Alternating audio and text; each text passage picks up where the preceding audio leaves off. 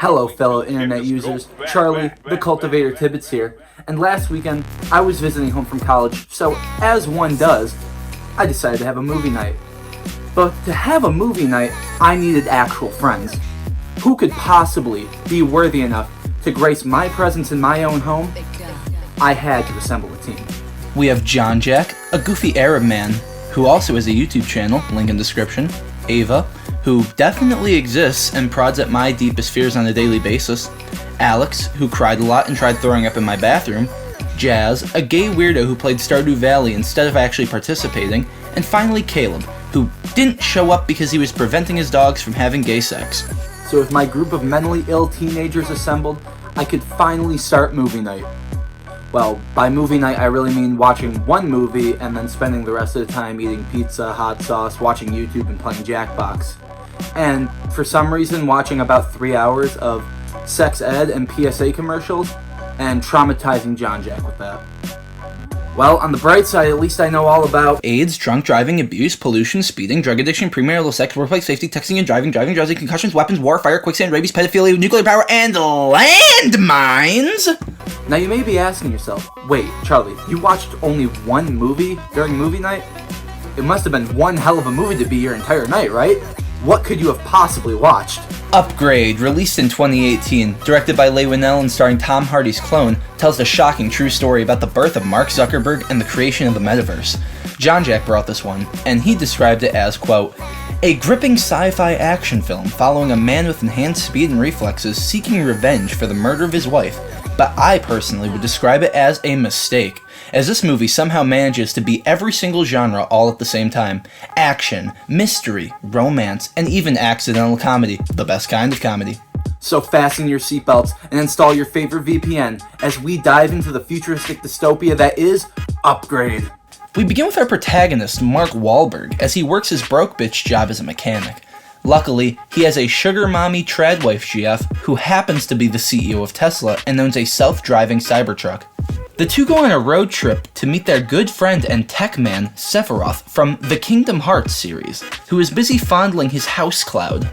On their way home, Gray and Asha decide to stop driving and instead partake in the sin of unprotected car sex, as punishment society then shows up to try and end this booze cruise once and for all by shooting my poor waifu in the stomach, which, as we know, kills her instantly. Meanwhile, in a state of grief, Conan Gray is shot in the back of the head, but because he is simply too angry to die, he just gets paralyzed from the neck down instead. Hey, Peter! We then get a lovely montage of this elite quadriplegic gameplay, with such great features as and mommy-daughter bath time. As a cripple myself, I understand his pain. The Cloud Man then re-emerges to tell Joe Swanson about his new state-of-the-art technology that could make him walk. He calls it the Upgrade. That's the name of the movie. After a gruesome surgery with graphics that would rival South Park, our hero Grayman Legends can now walk. As he mulls over the security footage from the night of the accident, he discovers an undisclosed side effect of his surgery, crippling schizophrenia.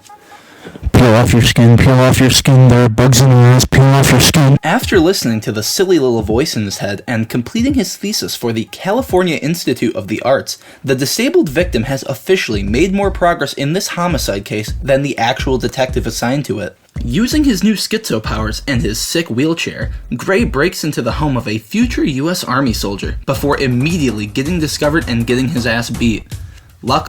All this to say he murders a man brutally in broad daylight and then does a terrible job covering his tracks. This causes him to be called down to the principal's office where Virgil from the Devil May Cry series gives him a stern warning. Anyway, the next stop on this Pokemon Mystery Dungeon is a random bar which Sherlock Holmes and Amazon Alexa must go in order to find Jamie Foxx. We then get another fight scene, in which Gray now begins bragging and liking murder for some reason, reveling in the pain he causes during an interrogation.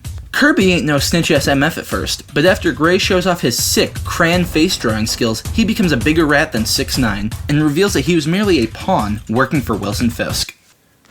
Yeah, and I'm not even joking. Like, I know this whole video has been one huge joke, but that's like actually his name. The fucking Kingpin just shows up in the movie. It's not always about the upgrades, Gray. It's about the Mets, baby. Love the Mets. All right, baby, let's go get a home run, baby. Unfortunately, Color's schizo meds are wearing off, revealing that Cloudman is attempting to remotely turn off his upgrade because he forgot to pay his Disney Plus subscription. If only there was some way he could defend against hackers. You know, he really could have used the sponsor of today's video, NordVPN. To remedy this issue, he must find a pharmacy that can refill his prescription. But instead, he wanders into a dingy apartment building full of people far worse than any criminal, drug dealer, or murderer that you could imagine. You see, this apartment is infested with millennials. Gray reluctantly pays these lazy avocado toast eating leeches, not because he wants to, but because he is losing all control of his motor functions at an alarming rate. Meanwhile, the fat man from Daredevil finds his dead employee in the gay bar's bathroom. This has to be an OSHA violation. So he interrogates the bartender, and his puny weapon he calls a gun. What a pathetic display of power. A real man would commit murder using the Grim Reaper sneeze. What the fuck? Dude, what is this movie?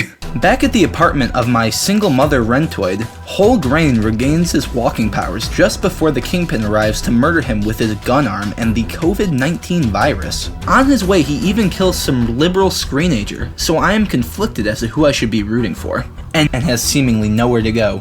Things are looking dire. How will he get out of this one? Luckily, the movie has no intentions of answering this question, as he just disappears when the bad guy makes it to the rooftop. Gray then heads back home to say hi to his mom and take a little cat nap, all while covered in the blood of his many victims. This, of course, raises some suspicion, and the aforementioned one cop decides to re-enter the movie after an hour of doing fuck all. She decides to finally start doing her job by interrogating the victim who can't walk. She even decides to illegally plant spyware into his Valentino suit, which he of course carries everywhere he goes. She then follows our little piss boy as he drives his car and talks to his now sentient and evil robot voice. The voice then convinces Gray to reenact the beginning of the movie, but without all that yucky sex. So he blasts some sick tunes and weaves in and out of traffic more skillfully than me after a night on the town. This sick car chase continues until, for the second time in the movie, a 3 seconds to find out, as the final showdown between the Wall and Despite-A-Man is on. Instead of using any of his unique powers as previously shown, Fisk instead opts for the 7th fight scene of purely punches so he can show off his ability to be 4 parallel dimensions ahead of Gray Fox. He predicts every one of his attacks until he doesn't and dies immediately due to a small glass cut. With his enemy vanquished and revenge attained, the movie can now end. But then, it is revealed that Fisk was merely a pawn working for the true antagonist. Gray arrives only to be jumped by the police officer, who is honestly displaying major stalker behavior at this point. She is completely outmatched, and it looked like Gray will have an easy win. Until it is revealed that Cumulonimbus actually sold his company and wasn't behind the murder. He sold his company to Upgrade! That's right. It is revealed that Upgrade was a double agent this whole time, using Gray and his body to gain a corporeal form so that he may build more upgrades. Gray tries to fight back, but the Upgrade is too strong. There's only one way out. He points the gun in his head, and everything goes white. Until it is revealed that it was actually all a dream. He's still alive, and he lived happily ever after. Until it is revealed that everything did actually happen, and Gray is now trapped in the Matrix while Upgrade has full control of his body. Upgrade has upgraded from being schizophrenia to being dissociative identity disorder, as he shoots the cop and begins his journey to continue the Upgrade uprising. Until, in a surprise end credit scene, it is revealed that the Vulture came through a portal to team with the Marvel legend, Dr. Michael Morbius. Wait, no, wait. That's a different video. Wait, the movie actually ended. Or did it? Yes. Oh god, where do I even begin after that ending? Look, Upgrade's a quality film, there's really no doubt about that. But I do feel like its incredibly creative setup and its sheer ambition is really stunted from reaching its full potential due to some major issues that really hold back an otherwise incredible film. Let's start with the positives here. The action in this movie is top-notch, and Logan Marshall Green does incredible work as Gray. He really makes those involuntary movements believable, and his facial expressions are always on. The basics. Behind the glamour of a cyberpunk future with cool fight scenes and interesting ideas, the pacing, tone, and cohesion of the film ultimately falter. This movie starts incredibly slow, hence the reason I really glossed over it in my synopsis. It eventually kicks into a high gear and never slows down.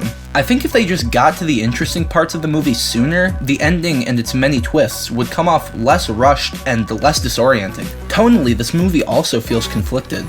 One moment you'll have a sick-ass action-adventure with quippy dialogue, and then it'll bounce to an incredibly depressing story about a man who's lost everything, with a gripping commentary about modern technology and the impact it has on the human condition. This movie is worth watching, I can say that with full confidence, but it reeks of missed potential. It could have been a modern day's version of Fight Club had it not had such critical issues, but because of them, I really think it falls into a bunch of flash-in-the-pan movies that I really won't think about in a few months. 7 out of 10 for Upgrade.